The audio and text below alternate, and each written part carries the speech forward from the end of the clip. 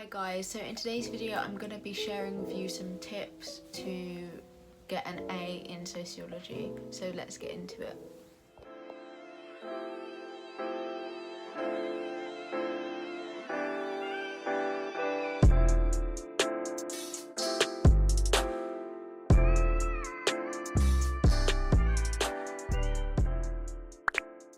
So as you will have seen in my opening A Level results video, which will be up here as well if you haven't watched it yet, where I shared my grades, and I actually got an A in sociology, but I was 11 marks off an A star. So I think these tips can also help with that. Sorry, my cat is being annoying.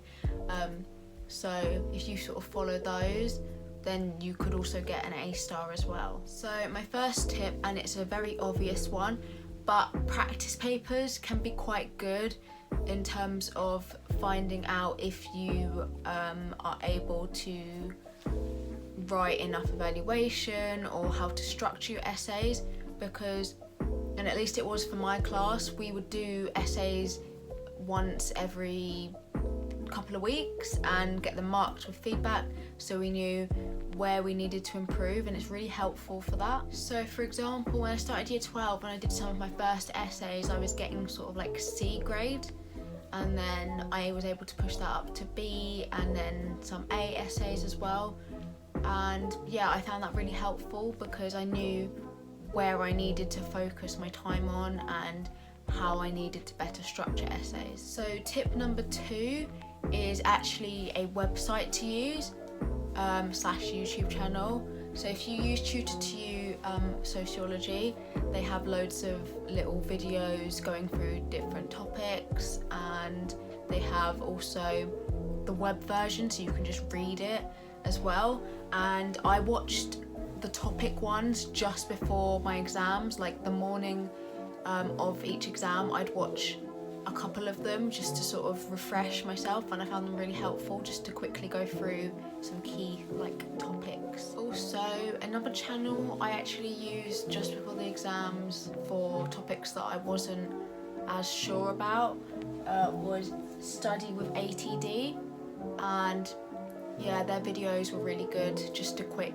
go through of stuff, and it was just the key information you actually needed. Another way that I personally revised was through teaching people. So I used to tell my parents stuff that I learned during my lessons, and it just helped me consolidate my learning, and yeah, I think it was quite effective, and they learned something as well. Another way of getting yourself into the top marks, so A star kind of area, is instead of just using the studies that sociologists did, which you would learn in your lessons, it's also good to include real life examples from the news and stuff. So for example, I did an essay on media and the ownership of the media, and I think it was controlling the content that gets put out, and I put a point in about X factor and diversity, where people complain to Ofcom, and how you can have input on what is shown, but not necessarily will the owners take that on board, which was an evaluation point. So that's a good way of getting high marks. Another thing that I did only really in my lessons, it wasn't my personal kind of revision technique, was blurting.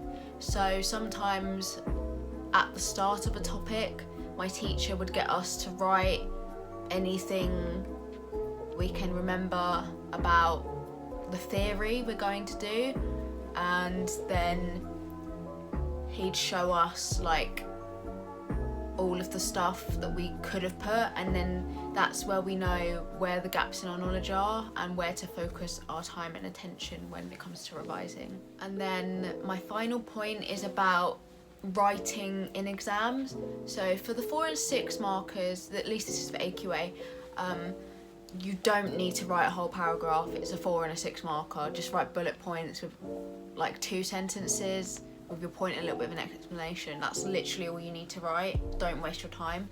And in terms of the general theory questions, where it's outline and evaluate the functional history of society, for example, don't just do one topic.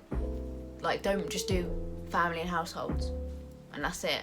Like, add a paragraph in about education or crime or whatever other topics you do. So that is the end of today's video. If you enjoyed it, make sure to like, comment any video suggestions and subscribe, and I'll see you in the next video. Bye.